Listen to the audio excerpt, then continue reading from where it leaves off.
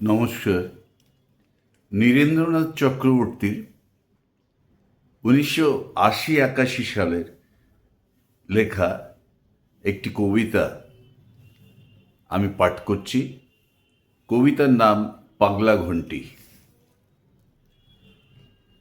সে যেমন আসে ঠিক তেমনি চলে যায়, গল্পে গানে ঠোঁট ফোলানো অভিমানে, প্রকাণ্ড ঠাট্টায় সব কিছু ভাসিয়ে তার যাওয়া।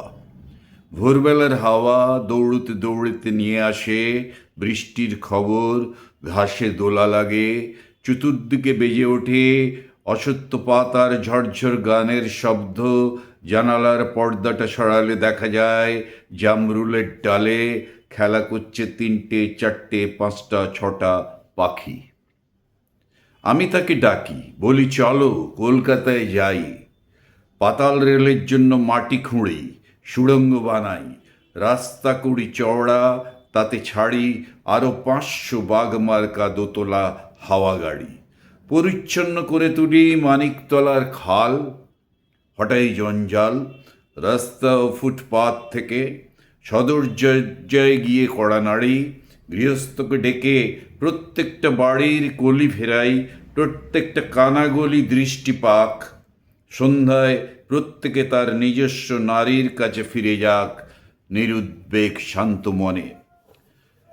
এখনো নিতান্ত অকারণে গঙ্গার কিনারে আছে দ্বিধাগ্রস্ত ভঙ্গিতে যে ঝুঁকে, চলো সেই দ্বিতীয় সেতুকে ঘাড়ে ধরে হাওড়ায় পৌঁছে দিয়ে আসি। 84-88 অবধি কে অপেক্ষা করবে? ধ্যাত তারিকা, অদ্দিন কি বাঁচব নাকি? স্পষ্ট করে এক্ষুনি জানিয়ে রাখি, 50 পেরুলে দেখা যায় মাথার কবজা গেছে খুলে, কাঠ খেয়েছে ঘুনে আর ইট খেয়েছে নোনা। তোমরা থাকো, আমি আর অপেক্ষা করব না। পুরনো বিশ্বাসগুলি ধুকে মরছে, পুরনো ঘরবাড়িগুলি মুহুর্মুহু ধসে পড়ছে,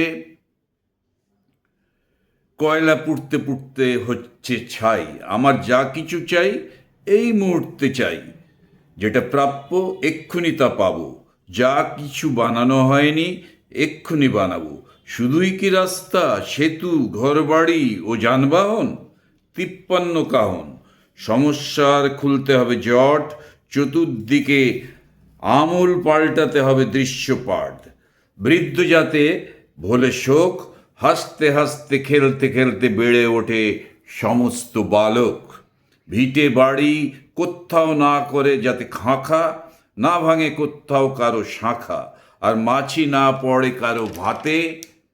তারই জন্য দিনে রাতে ছুটতে হবে গ্রামে গঞ্জে সমস্ত জায়গায়। আয়, এই আমার শেষবারের মতো ছুটে যাওয়া। ভোরবেলার হাওয়া পাগলা ঘণ্টি বাজাতে বাজাতে এসে বলল, তুমি কাকে ডাকছ? সে তো সুবর্ণরেখার বাঁকে কাল রাতে মিলিয়ে গেছে। আমরাই কজন তাকে নিয়ে তরঙ্গে দিয়েছি বিসর্জন। তার প্রগল্ভ হাসি আর বাজবেন না কক্ষনো কোনোখানে।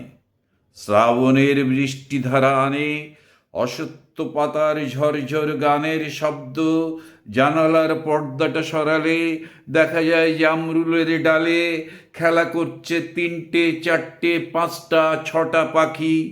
তবু ডাকি, আজও ডাকি, আসবে না জেনেও তাকে ডাকি।